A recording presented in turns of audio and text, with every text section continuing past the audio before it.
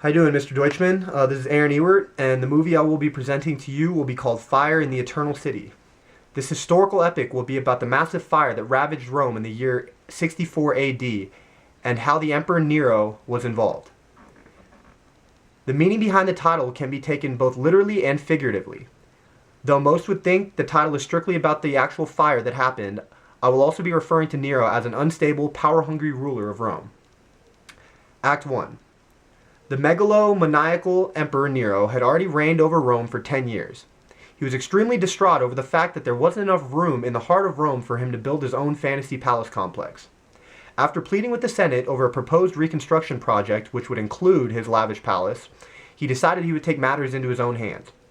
One night he called a secret meeting with his Praetorian Guard. He told them he wanted part of Rome burned. They looked at him with amazement, but he said he wanted it done. He told them to start at the southeastern end of the Circus Maximus and set ablaze the markets in that area. Act 2. Nero did not want the fire to be very big. He was only hoping to destroy a few hundred acres, enough room for his palace. He ended up completely destroying 3 and badly burned 7 more of Rome's districts, equating to roughly 2/3 of Rome. Most of the 2 million Romans were made homeless.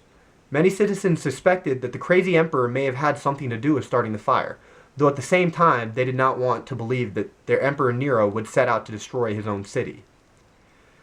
During relief efforts, Nero attempted to repair his public image by opening his palace as shelter to the homeless, and even arranged for food supplies to be delivered to prevent starvation.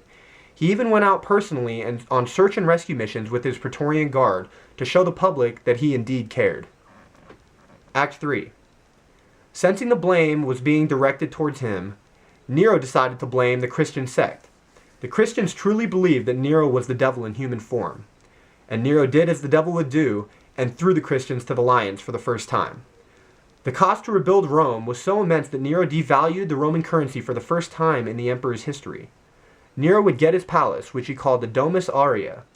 Within the palace stands a 30-foot tall statue of himself called the Colossus of Nero. The movie will conclude with Nero beginning the Christian persecution by throwing a number of them into the lion's den. A scrolling message will appear at the end of the movie that will summarize Nero's last years before his death.